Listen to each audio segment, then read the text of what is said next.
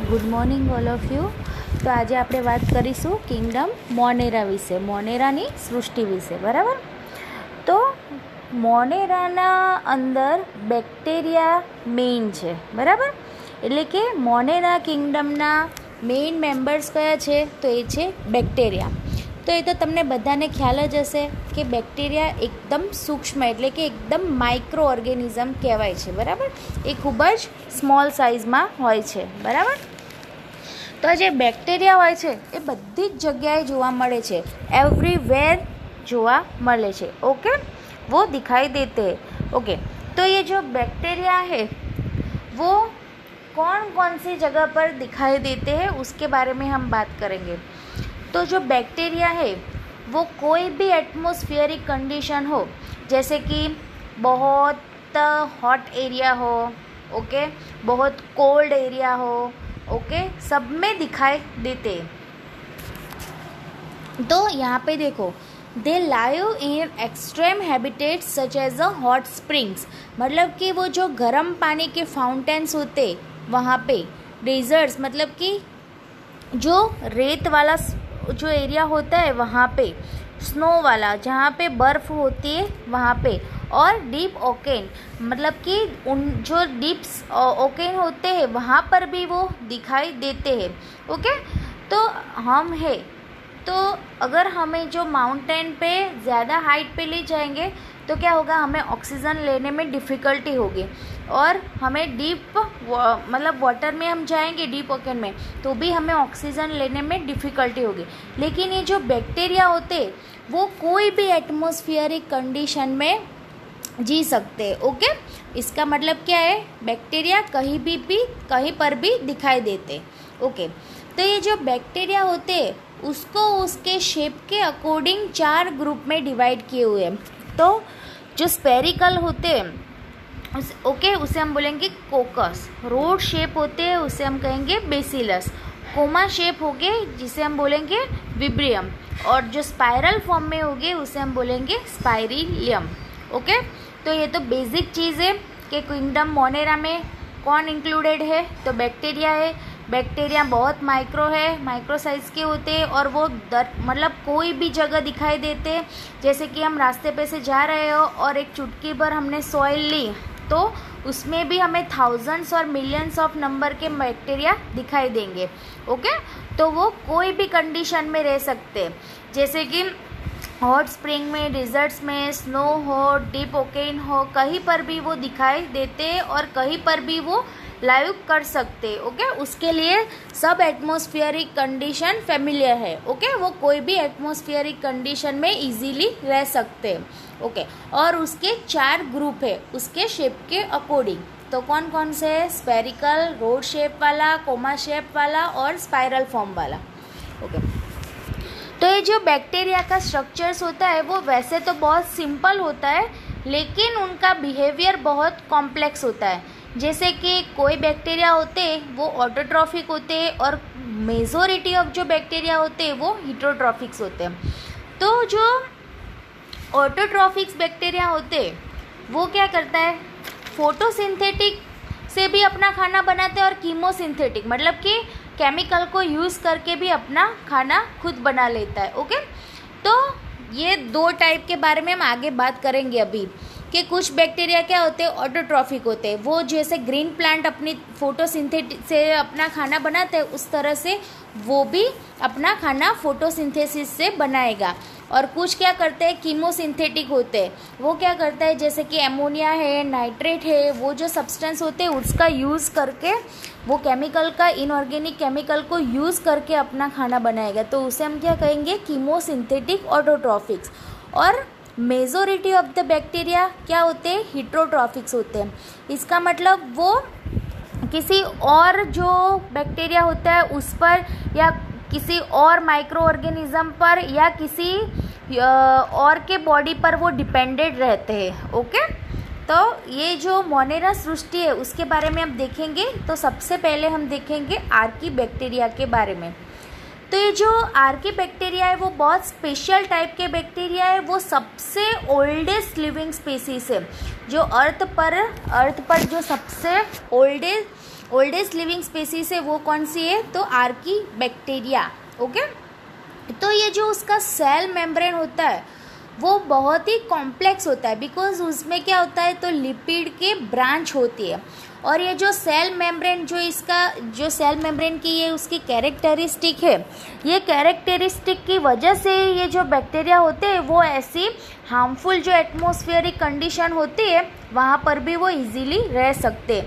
जैसे कि हमने आगे देखा ना कि हॉट स्प्रिंग में भी वो रह सकते हैं, स्नो वाला एटमॉस्फेयर हो तो वहाँ पर भी रह सकते हैं। तो ये जो लाइव कर सकते हैं ऐसी कंडीशन में, वो इसकी वजह से, क्योंकि उसकी जो सेल मेम्ब्रेन में ये स्पेसिफिक कैरेक्टरिस्टिक है। जैसे कि हमारे सेल मेम्ब्रेन क्या होता है, एक सिंगल लेयर होता है, लेकिन इसके सेल मेम्ब्रेन में ब्रांचेस होती है लिपिड की। ओके, तो ये जो स्पेशल कैरेक्टरिस्टिक है उसके सेल मेम्ब्रेन की, उसकी वजह से वो ऐसी हार्मफुल कंडीशन में भी रह सकते हैं। तो ये जो आर्कीबैक्टीरिया में 3 टाइप है, एक तो मिथेनोजेंस है, हेलोफाइल्स है और थर्मोएसिडोफाइल्स है। तो अब हम उसके बारे में देखते हैं। ओके, तो सबसे पहले हम देखेंगे मिथेनोजेंस के बारे में।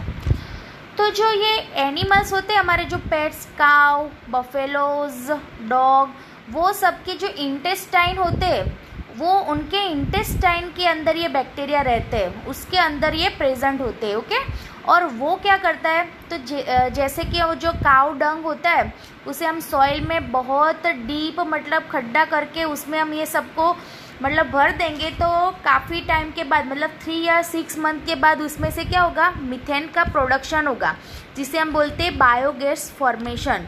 तो ये जो मिथेनोजेंस टाइप के जो बैक्टीरिया है वो बायोगैस के प्लांट में बहुत हेल्पफुल होते हैं। तो हमारे सिद्धपुर है यहाँ पे, वो सिद्धपुर के आसपास कोई मैथान नाम का एरिया है, वहाँ पे ये बायोगैस का बहुत बड़ा प्लांट है। तो ये जो बायोगैस प्लांट में जो मीथेन का प्रोडक्शन करने के लिए रिस्पॉन्सिबल है वो कौन है, तो ये मिथेनोजेंस वाले बैक्टीरिया है। ओके, तो उसके एग्जाम्पल कौन कौन से, तो एक तो है मिथेनोबैक्टीरियम और दूसरा है मिथेनोकोकस। तो फिर से मैं आपको यहाँ पे बता देती हूँ, ये मिथेनोजेंस होते हैं वो काव और बफेलो जैसे एनिमल्स होते हैं, उसके इंटेस्टाइन में रहते हैं। और जैसे हम वो जो एनिमल्स का डंग होते हैं उसे खड्डे में भर देते हैं, तो 3 या 6 मंथ के बाद उसमें से मीथेन गैस प्रोडक्शन होता है, जिसे हम बायोगैस प्लांट बोलते हैं। तो उसके लिए हेल्पफुल होते हैं। ओके, और इसके एग्जाम्पल है मिथेनोबैक्टीरियम और मिथेनोकोकस। अब हम दूसरा देखेंगे हेलोफाइल्स। हेलोफाइल्स मतलब कि सॉल्ट लवर। तो ये जो हेलोफाइल्स है वो एक्सट्रीमली जो सॉल्टी एरिया होते हैं वहाँ पर ये दिखाई देते हैं। ओके, तो उसके आसपास क्या होता है, तो ये जो हेलोफाइल्स होते हैं उसके आसपास ऐसे वायोलेट कलर का मेम्ब्रेन कवर्ड होता है, जिसमें बैक्टीरियोरोडोप्सिन नाम के पिगमेंट प्रेजेंट होते हैं। ओके, और वो अब दूसरा उसके फूड के बारे में देखना है। तो जैसे यू बैक्टीरिया फोटोसिंथेसिस, हम आगे अभी देखेंगे कि यू बैक्टीरिया फोटोसिंथेटिक होते हैं, तो उससे उल्टा ये क्या करता है, तो ये फोटोसिंथेसिस को यूज़ करके अपना खाना नहीं बनाता, लेकिन वो अपने डायरेक्टली एटीपी प्रोड्यूस करता है। ओके, इसलिए इसे हम क्या बोलेंगे, ए फोटोसिंथेटिक। ओके, तो तीसरा अब हम देखेंगे थर्मोएसिडोफाइल्स। तो ये जो थर्मोएसिडोफाइल्स है वो हॉट स्प्रिंग ऑफ सल्फर के एरिया होते, मतलब कि जो सल्फर के हॉट फाउंटेन्स प्रेजेंट होते या स्प्रिंग प्रेजेंट होते वहाँ पर ये दिखाई देते हैं। और ये जो बैक्टीरिया होते हैं वो 80 to 100 डिग्री सेल्सियस या उससे भी ज़्यादा टेम्परेचर हो फिर भी वो वहाँ पे इजीली रह सकते हैं। ओके, तो अब हम आगे देखेंगे यू बैक्टीरिया के बारे में। तो ये जो यू बैक्टीरिया है उसमें रिजिड सेल वॉल होती है, और ये उसमें से भी यू बैक्टीरिया में से भी कुछ लोग मोबाइल होते हैं, कुछ बैक्टीरिया मोटाइल होते हैं। ओके, मतलब कि वो इजीली मूव कर सकते हैं। तो ये जो मोटाइल होते हैं उसके अंदर क्या होता है, तो फ्लैजेला प्रेजेंट होती है। ओके, तो इसका मेन एग्जाम्पल क्या है, तो वो है साइनोबैक्टीरिया, जिसे हम ब्लू ग्रीन अलगाई भी बोलते हैं। ओके, तो ये जो ब्लू ग्रीन अलगाई है उसके अंदर जैसे ग्रीन प्लांट्स के अंदर क्लोरोफिल ए प्रेजेंट होता है, उसके सिमिलर ही इसमें क्लोरोफिल ए प्रेजेंट होता है। इसके लिए इसे हम बोलेंगे फोटोसिंथेटिक ऑटोट्रॉप्स, क्योंकि ये भी ग्रीन प्लांट की जैसे मतलब जो सन की लाइट है उसे यूज़ करके अपना खाना अपने आप बनाएगा। ओके, तो साइनोबैक्टीरिया में क्या है, क्लोरोफिल ए है जो कि ग्रीन प्लांट के सिमिलर होता है, इसलिए इसे हम बोलेंगे फोटोसिंथेटिक ऑटोट्रॉप्स। तो ये जो साइनोबैक्टीरिया होते वो यूनिसेल्युलर होते हैं। ओके, कॉलोनियल होते हैं, मतलब कि वो एक कॉलोनी फॉर्म करके ग्रुप में रहते हैं। फिलामेंटस होते हैं जो मोटाइल होते हैं, उसमें फ्लेजेला होते हैं और कुछ में फिलामेंट्स ऐसे होते हैं। ओके, और वो फ्रेश वाटर और मराइन और टेरेस्ट्रियल एरिया में भी दिखाई देते हैं।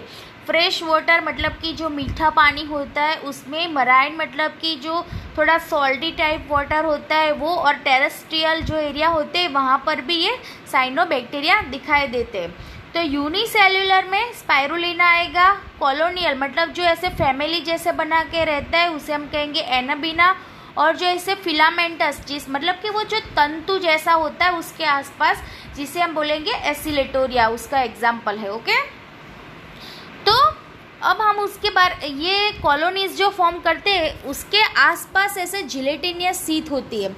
ओके, और वो क्या करता है, जो पॉल्यूटेड वाटर होता है उसके अंदर ब्लूम्स फॉर्म करते हैं। ब्लूम्स मतलब कि वो उनका एक अपना ऐसा ग्रोथ बना देते हैं, बहुत सारा जो ग्रोथ बना देता है वो जो है ऑर्गेनिज्म है वो सब इकट्ठे होके उसका अपना एक ब्लूम्स एरिया फॉर्म करते हैं वहाँ पे।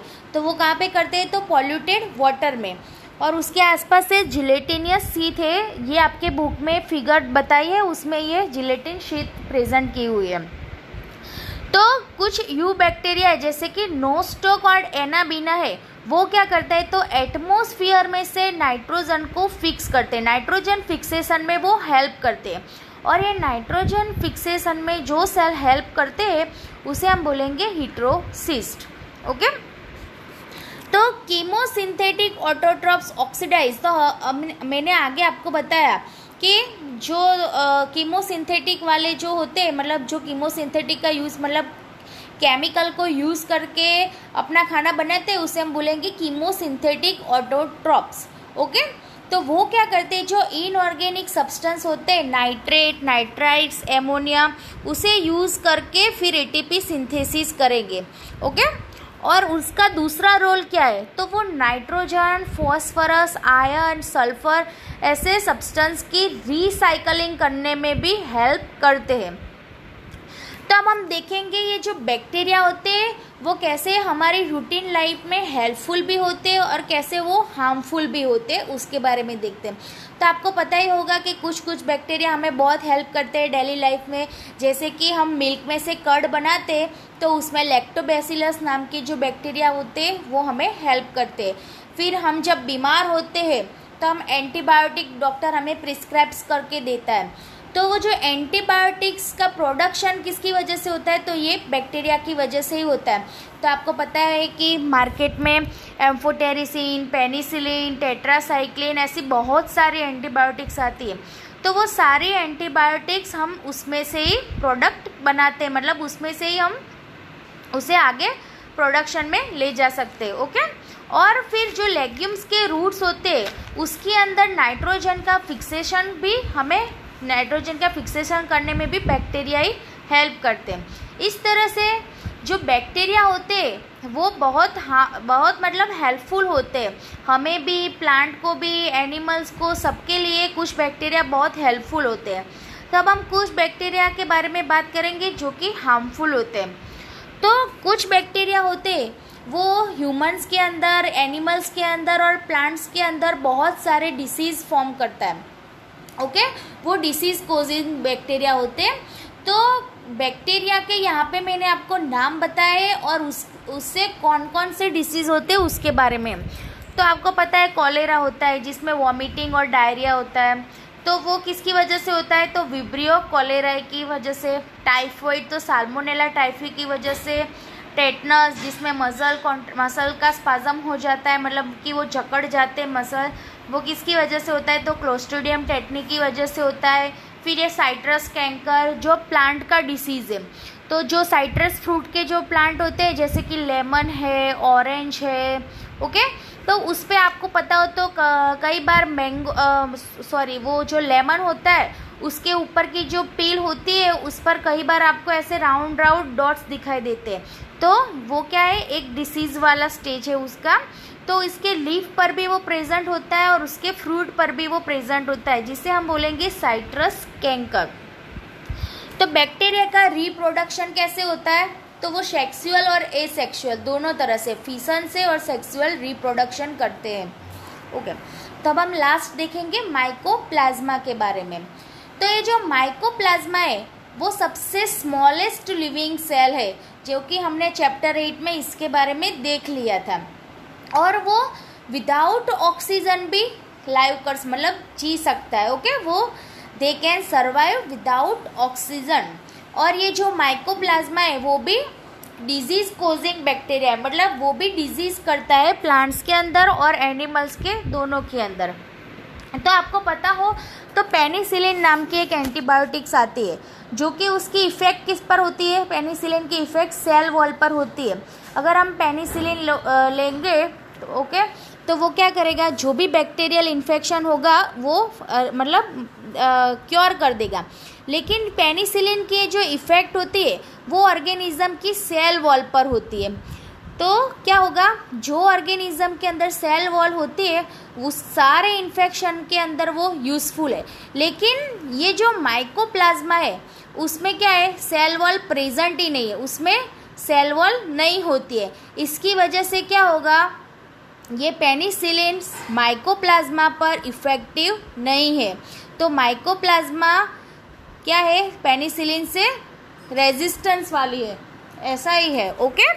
तो ये आपको ऐसे ही मैंने बताया है, आपको ये ध्यान रखना है कि पेनिसिलिन की इफ़ेक्ट कभी भी माइकोप्लाज्मा वाले इन्फेक्शन पे नहीं होती। तो आज हमने ये सृष्टि मतलब कि किंगडम मोनेरा के बारे में बात की है। तो आप एक बार मेरी PDF देखना और ये वीडियो भी देखना, ओके। अगर आपको कोई भी डाउट हो तो आप मुझे बताना, okay friends, bye, take care.